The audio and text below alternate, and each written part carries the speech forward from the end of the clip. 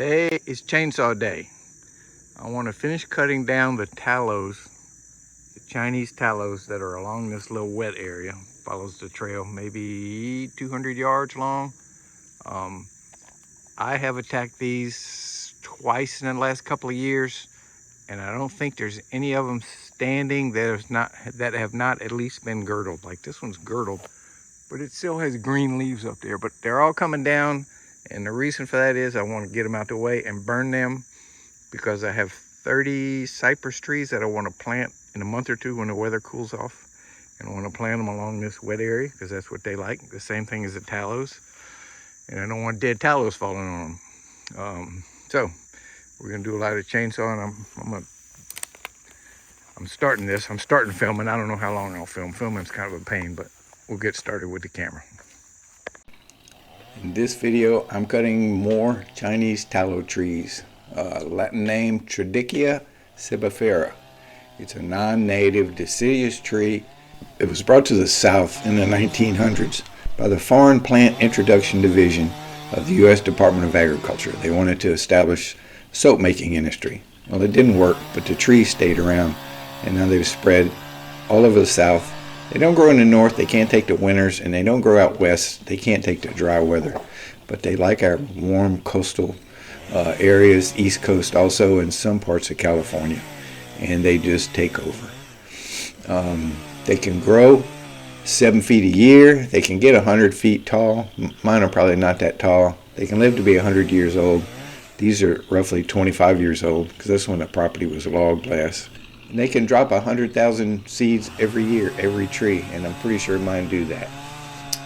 Here in the U.S., they have no natural enemies, no bugs, none of this blight stuff. They just are very healthy. Unfortunately, the sap, the leaves, the twigs, the nuts, all are poisonous to mammals. So no mammals, squirrels, raccoons, deers, cows can eat these things. So they prosper quickly. Their leaf litter has the ability to change the microbial balance of the soil to the benefit of future generations of tallow trees. So they kind of grow exponentially, and with no natural predators, and the way they grow so fast, they just take over. And if you get a situation where they like the soil, they just take over, and that's kind of what happened here. And I've been on a 3-year battle to get rid of them, and I'm making progress. They're a member of the spurge family, the same as the tongue nut tree, another problem tree that was brought here with good intentions, but it just didn't go well. And they also spread, can be uncontrollably spread. The big difference is that the tongue nuts are kind of heavy, so the little birds can't carry them off and fly different directions. The tongue nut trees kind of spread from one main tree in a big circle wherever the nuts fall and hit the ground. The tallow trees, they identify as they, them. They're male and female. It just takes one seed to grow a tree, and when that tree gets 3 years or older, it can start making seeds. And again, it's going to fall on ground that is better prepped for them. So, yeah, they're a problem. But we're dealing with them, and we're cutting them down. So the trees I'm cutting in this video, I have mostly treated, either chopped and squirted or girdled and squirted with a herbicide a year ago or more than that. Most of these are dead. If not dead, they're close to being dead. There's a few of them that I totally missed that are healthy, but most of these are dead and drying out, which makes them very light compared to a healthy tree. Most of them have lost most of their branches, so they don't get hung up as badly, but they all get hung up because they're so close together. But it's much worse if you try to cut down the green healthy ones. They don't weigh as much as a healthy tree. You can see a lot of these I can pick up and kind of move around. And they tend to break up, which makes them easier to get on the ground, but sometimes the tops break off and try to hit me in the head. But all these little branches are not very heavy. So anyway, I'm going through. There's a swale here that I want to plant some cypress trees in the fall when it gets wetter and cooler. But I've got to remove all these tallows first. So these trees that I cut that still have green leaves in the top, I'm treating the stump just to make sure it's dead. Most of the stumps you can see are in the process of dying, but they have a bad habit of root sprouting. If you just cut one down and don't treat it, you'll have 100 tallows coming up all around it. So this is a herbicide, and I make sure to treat all the stumps of all the trees I've cut that still have a little life left in them. So that burn pile was from last spring, where we burned a lot of stuff, but I just couldn't get this pile to burn. It was just too wet. We'll try again in this video. So when the stumps are real gnarly, I like to cut them off smooth. If I need to treat them, it just uses less herbicide, and I think I'm more efficient with getting it on there. And even on this stump, you can see that dark spot. That's dead. That's where it's starting to die. It's a dead spot.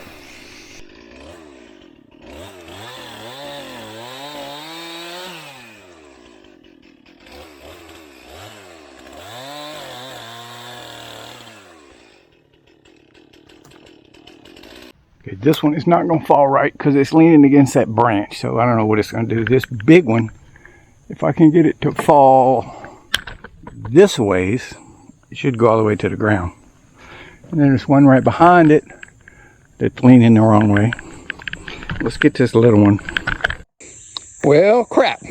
This saw just quit running all of a sudden and will not start, and it has never done that before. This saw, the bigger version, the rope won't go back in. Now, it has kind of teased me before, but I've always been able to wiggle it and get it back, but it's not going back now. Pretty simple to get that off, and I have tools back at the cabin, so I'm gonna load them up, head back to the cabin. Shoot, and come back, try again. Well, I got it off. The spring went flying. I think it's just too much gunk built up behind the pulley. I think it would just couldn't spin freely because of all the gunk. So I'm gonna clean it out. I wish I had WD-40, but I don't. But we'll clean it up and see if we can get this spring back in there. So this is the bigger of my two saws. It's a pound or 2 pounds heavier than the other one. Doesn't sound like much, but after a few hours, makes a big difference. The little one just didn't want to start. It doesn't want to run. It's always run perfectly, and it let me down today. So I'm using the big one. Now the big one, when you have a log on the ground and you're bucking it up, it's more powerful and it cuts faster. But yeah, so we're doing what we got to do. You would think when you cut a tree off, it would just fall down to the ground, but it's not so easy, especially in this part of my woods where all these tallow trees up high are just interlocked with each other. Just a big old mass of branches up there. So cutting a tree at the bottom is the easy part. Getting it to lay on the ground sometimes can be kind of challenging. When they're leaning over, typically I cut from the bottom because the bottom's in tension and they just kind of fold down. Sometimes if there's a lot of cantilevered weight up top, then it's the opposite. It'll want to come up instead of down, so you got to kind of look up all the time. And then if they're straight vertically, I like to cut a steep notch, because then when they break, it's less likely the saw is going to get stuck in a horizontal cut because it's a slopey cut. So that's what I do over and over and over again. There's no science to it. Just got to watch your feet, because they make sure you have a spot where you can back up if it gets kind of nutty, and don't let the trunk fall on your feet, because even though they're rotten, they're still kind of heavy, and they would smash your toe.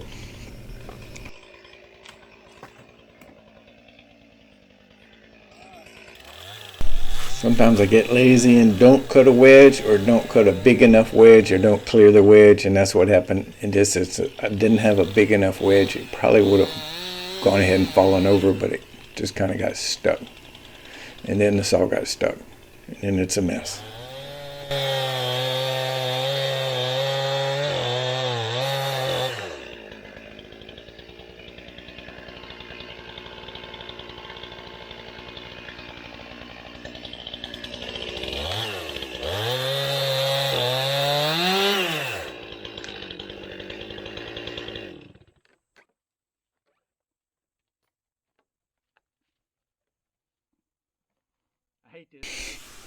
So I'm wiggling the saw and wiggling the tree, and you can see me move this tree, and if this would have been a healthy tree full of water, there is no way in the world I'd be able to move it by hand. It would weigh quadruple what it weighs, but this is a dead one, so I got lucky.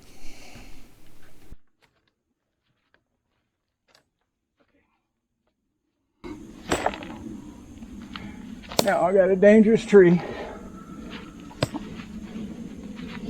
It's cut all the way through, but it doesn't want to fall down because it's hung up. I guess I have to section it up just like I've been doing. Clear a path here.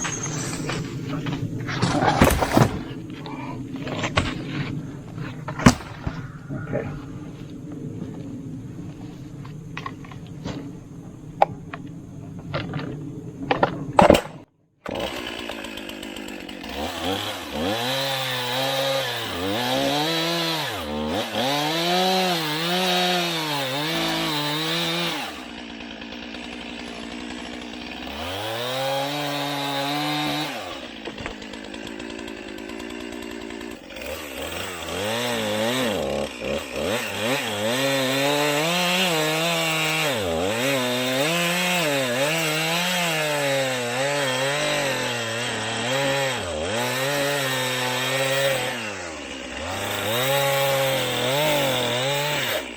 So here I stopped cutting because I was pretty sure the camera was going to get smushed, and moved the camera and the tree came down. I lost the footage. Okay, this one's very dead, but it's not going to fall. It's going to get hung up.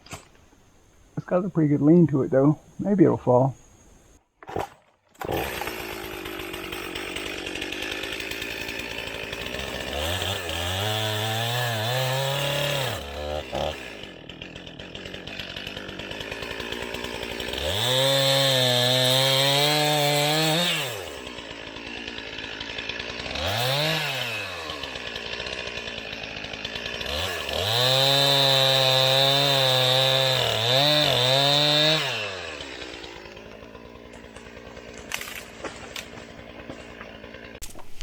Chinese privet, another gift from China. It's a little invasive tree. It's not quite the problem that the tallows are, but they're a problem. And maybe when all my tallows are gone, I'll go after them full force.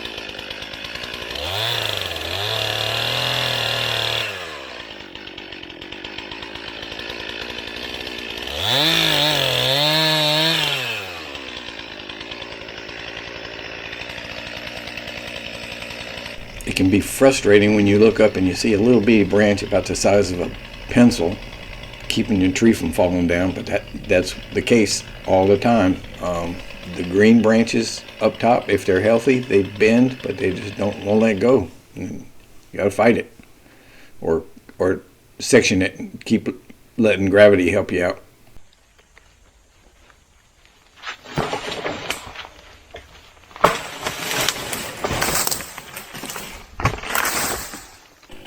When we first bought the property, there was some damaged pine or dead pine trees from some sort of pine bark beetle, and I took it upon myself to try to cut these dead pine trees down, and it's not safe. I had a couple of near misses, and I don't do that anymore. So what was happening is you cut your notch and the tree starts falling. The bottom part moves very slowly.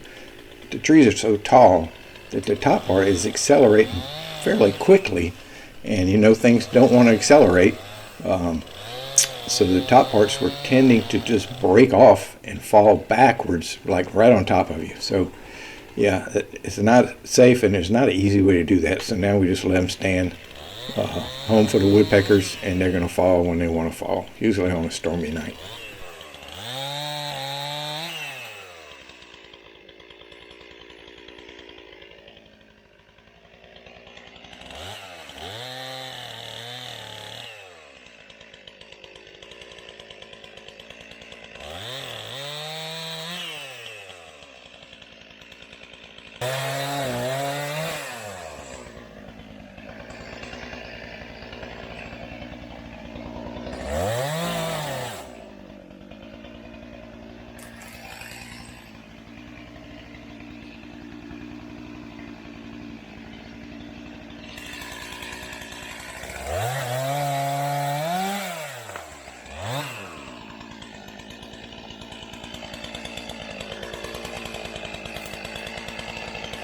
Anyway, this is what I'm gonna be doing for the rest of the day.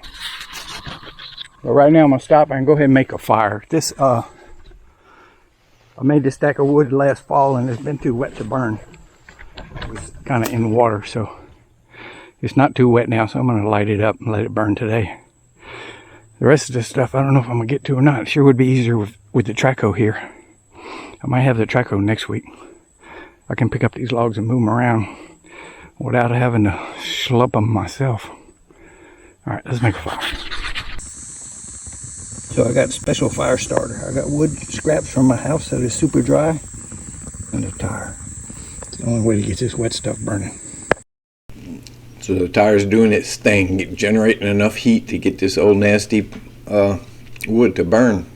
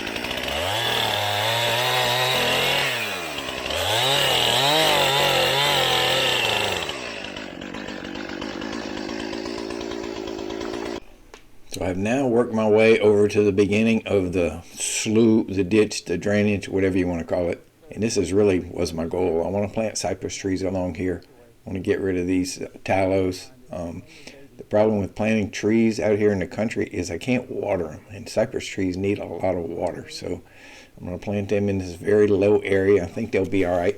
Won't plant till the fall when it starts getting wet and colder.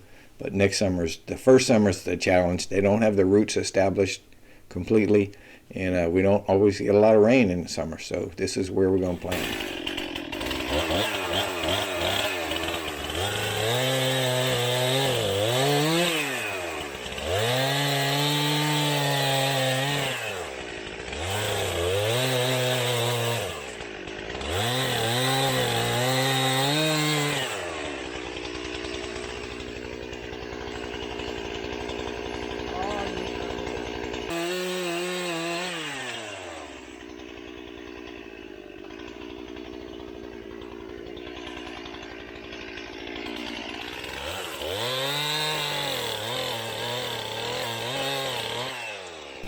I didn't show it, but to treat these stumps effectively, to make it work, you got to spray them right away. You can't wait 10 minutes because they seal up. So yeah, cut them and seal them right away. Shit. Whoops.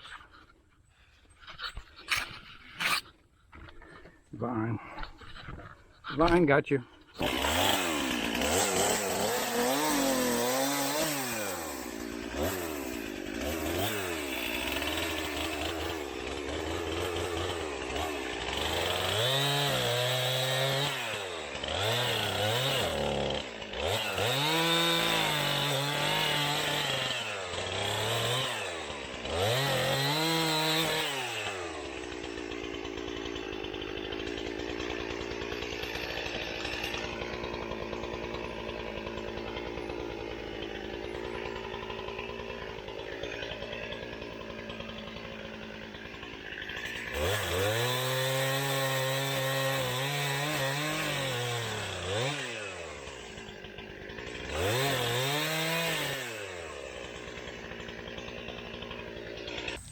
So right here I have 1, 2, 3, 4, 5, 6, 7, 8, 9, 10, 11, 12 of them None of them are going to want to fall down. They're all tangled up with each other, but they're going to come down. I think I might start from that side first and work my way back this way for a change.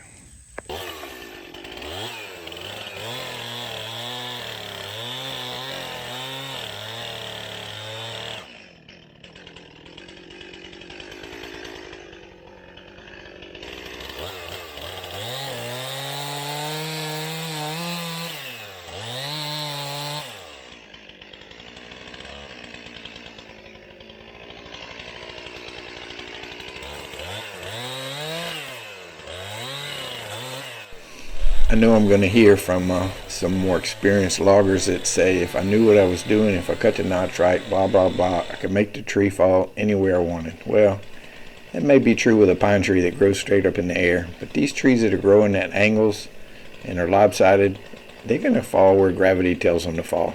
I can have an effect on them, but I can't make a tree fall the opposite from where gravity tells it to fall. Let me get you in a safe place. I wish my other saw was running. Maybe it'll start now. So, got a long rope. I tied it to the tree that it was, had the chainsaw in a bind, and rolled it out, put it on the Ranger and backed up, and it fell over without an issue. I think I'm ready to move over to this side of the ditch, because I don't think there's anything left standing on that side of the ditch, at least on this end. And they're all on the ground except for the ones on this side of the ditch. So let's get over here and work on this side. All right, boys and girls, it is 3 o'clock. Started early, and I'm about done. It doesn't look like I made much progress, but I did cut down probably 20 or 30, probably 30 trees that were dead, a few of them that were still alive, and I burned and burned and burned. Yep, I'm making my way through this ditch because that's where I want to plant the cypress trees, so I want to clear it out. And that's where all the Chinese tallow trees are, so we just got to keep on going. I'll get some more tomorrow. Probably not as much because I'll be whooped from the get-go, but we'll try. Good morning. This is the second day of my weekly 2-day trip to the country. Yesterday was a long, hard working day. Lots and lots of stumps, lots and lots of trees cut down and burned. Today, I'm usually not quite as energetic on day 2, but I'm gonna see what I can do. I'm down to 1 chainsaw, so all these big logs that need to be cut up, we'll just leave them alone for now. I want to make sure my chainsaw, my 1 remaining saw is good to attack this ditch, because this ditch is what I really want to clear, because this is where I want to plant my cypress trees in the fall. So we're going to continue on this ditch. I'm going to throw this stuff on the fire, let it burn. It's still red hot in the middle, but I'll make a new fire further down, because that's the direction I'm heading. And the same with the original fire. I'll throw all the logs. This is it. This is the Chinese tallow. It only burns if it's stacked up on top of each other. See all the butts that are not in the middle of the fire? They won't burn because it's just not very good wood for burning. But they will burn if you stack it up. Okay, I have to make a plan. I think I'm going to stay with this fire for those 2 leaning trees that you see and the little junk around the bottom. And then as soon as that's gone, I'm going to move over here to this side, and I have to cut down 1, 2, 3, 4, 5, 6, 7, 8.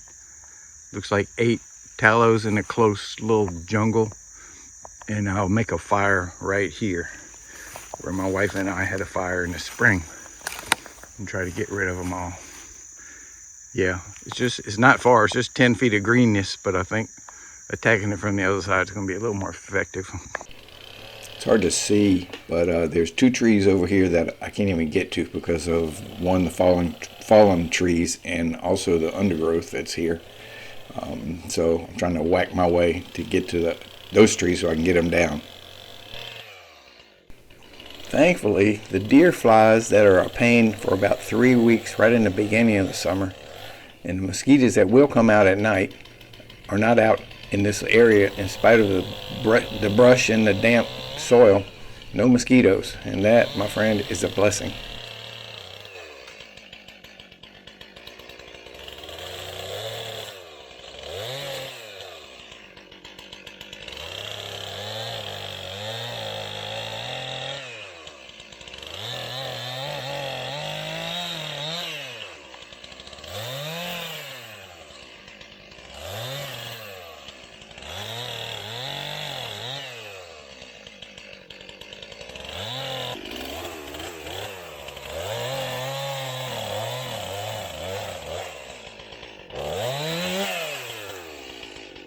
that last little tree was alive, so I have to spray the stump. Okay, I haven't done any video of me carrying wood to the fire, but it's kind of not very exciting, so I'm not going to do it.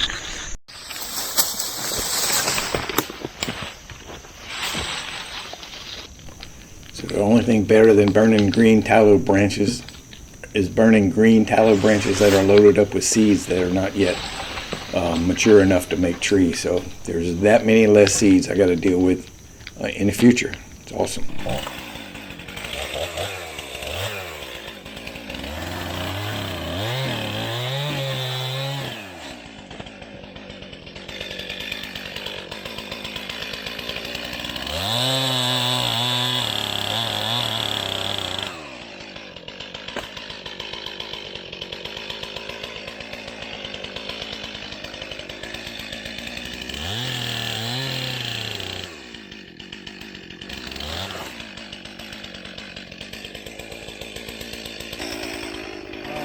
Coming down, but it's going to go the wrong way. The wrong way meaning back into the trees I haven't cut yet instead of toward the open area that I've just made.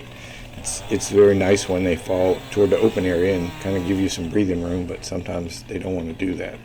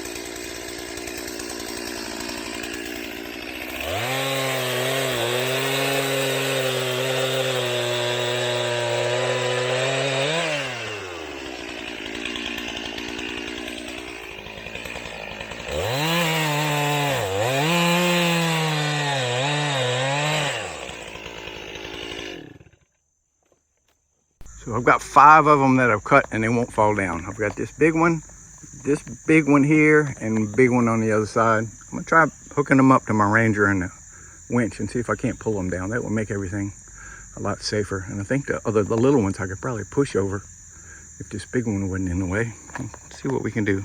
See what Mr. Ranger can do. I thought I'd give it a try trying to pull these trees down with the Ranger. These heavier vertical trees that are a little more iffy. I'm not sure where they're going to go.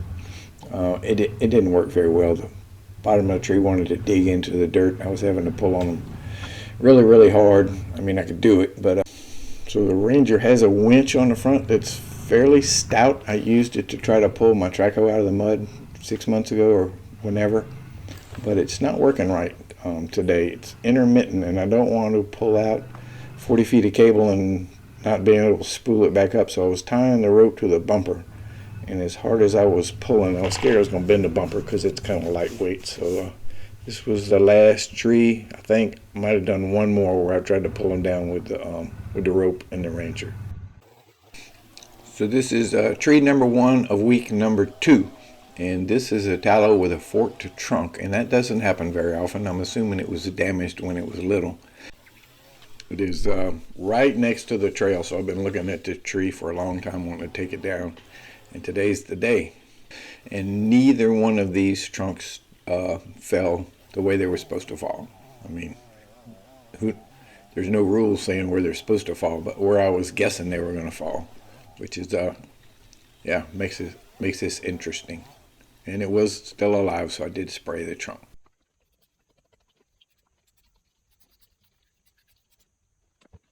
All right, well, we're starting off with a mess, but I have a track hoe here today so we can pull it down with a track hoe without risking bodily injury.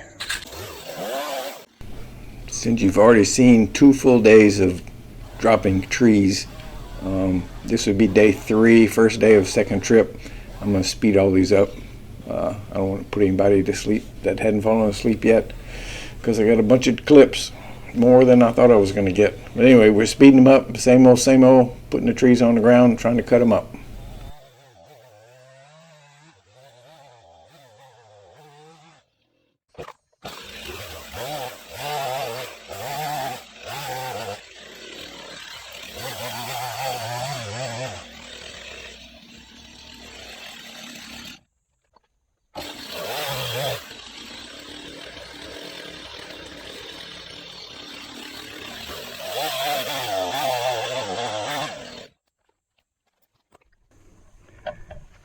All of these trees that I have chopped and or girdled are in the process of dying. See the black area there? And see the black area on this one? This is alive, but this is starting to die. So they would have died, but they still have leaves on them, so I'm going to spray them again.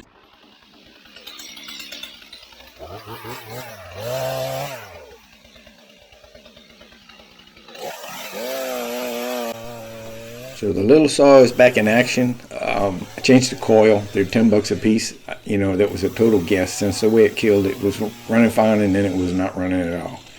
And it's running great now, but once during the day it didn't want to start again. And then I let it set for a while and it started. So I don't know if I've solved the problem or not, but it was nice to have the saw back for a while anyway.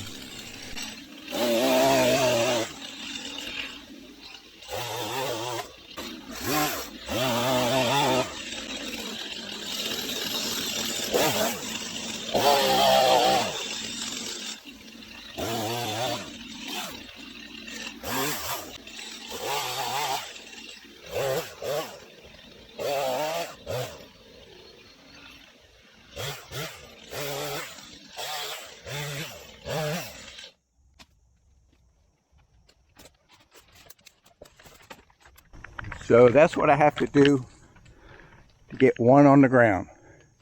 And I know everybody's going to say, you just don't know what you're doing. You don't know how to make them fall in the right direction. But they're going to fall the way they lean.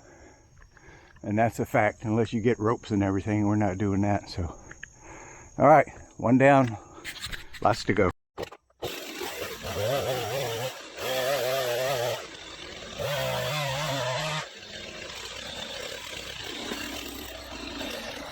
Fell the opposite way I was counting on, but at least it went to the ground.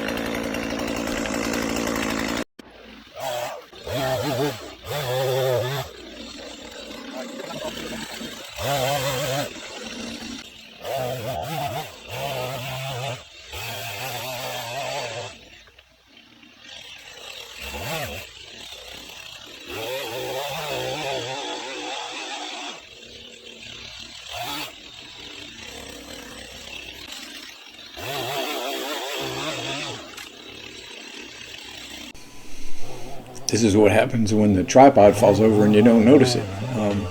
The tripod falls a lot because the camera is so light and the tripod is so light and the ground is so uneven.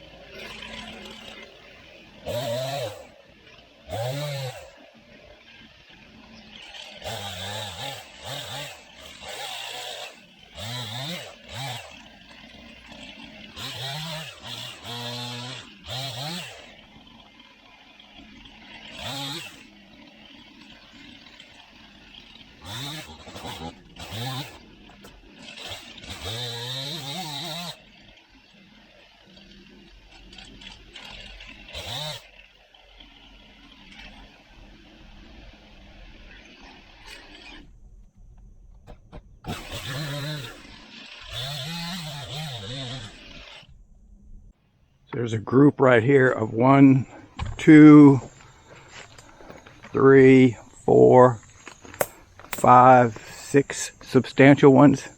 And after this group, there's no more groups on this side. There's a few more trees, but there's no more groups. It's just 1 or 2 here, there. So we're going to cut down this group, start from the far side, and we're making progress.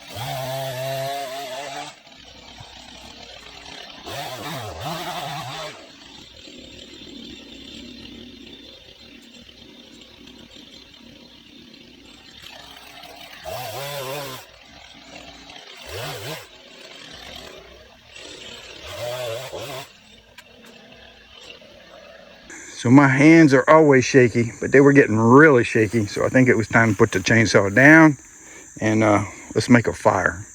I'm going to move it up the hill a little bit from the last time we had a fire because I want to be able to walk around the back side of it without getting uncomfortable. And I don't have another tire, so this fire is going to have to be a little more Boy Scout-like to get it going. I have a lot of dry wood, and I always got my shop scraps. I bring them out here. They're awesome. Okay, we got a super hot fire, put a lot of wood on it, just been kind of watching it burn. And we have a grass fire spreading, and I want it to do that while I'm here. This grass won't burn. These leaves won't burn, they're too wet, but near the fire dries everything out and it will burn. But 100% of the time so far, it'll go a little ways and get up into the wet grass and go out, and I want that to happen. And if it's not going to happen, I want it to happen while I'm watching it because I can always step it out. It's just leaves burning. So it's burned down a little bit. I'm going to go throw some more logs on the fire. This one's already cut. It just hadn't fallen down yet. So will these tallow trees come back? Well, yes and no. I have effectively removed all of the seed-bearing trees that are old enough to make a lot of seeds from the property. There are only maybe a few more, and I'm going to get to those shortly. But the neighbors have the same kind of trees. They're on the river, they're on the highway, and the birds don't know where their property lines are, and it floods, and the seeds flow with the water. So yes, they'll be back. However, instead of starting in a pasture where this was clear cut and fair game, wide open sky, etc., they'll be competing in the back against 25-year-old established trees with a canopy, and up front they'll be competing with 11-year-old trees in a super dense ground cover. So it's not going to be easy for them.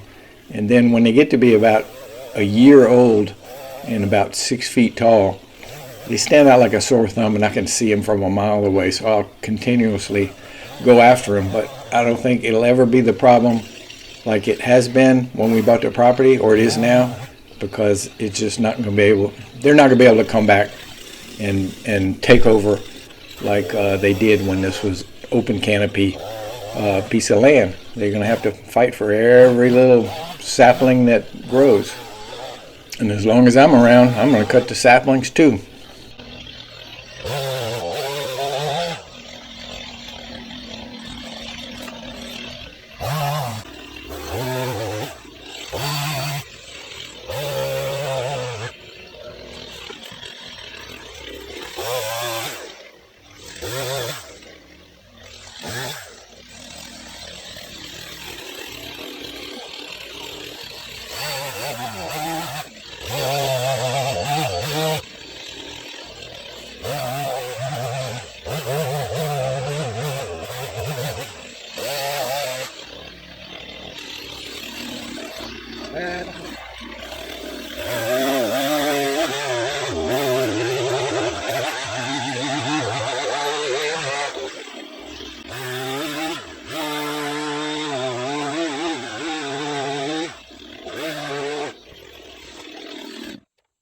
Okay, I think I'm done. I think I'm done for the day. I don't think I'm gonna cut anymore. I'm gonna put all the stuff I have cut on the fire. I'm gonna hang out and watch the fire for an hour or so. So this grass went out just like I thought it would. And now it's burning over here, but it's gonna go out. So yeah, I've done enough.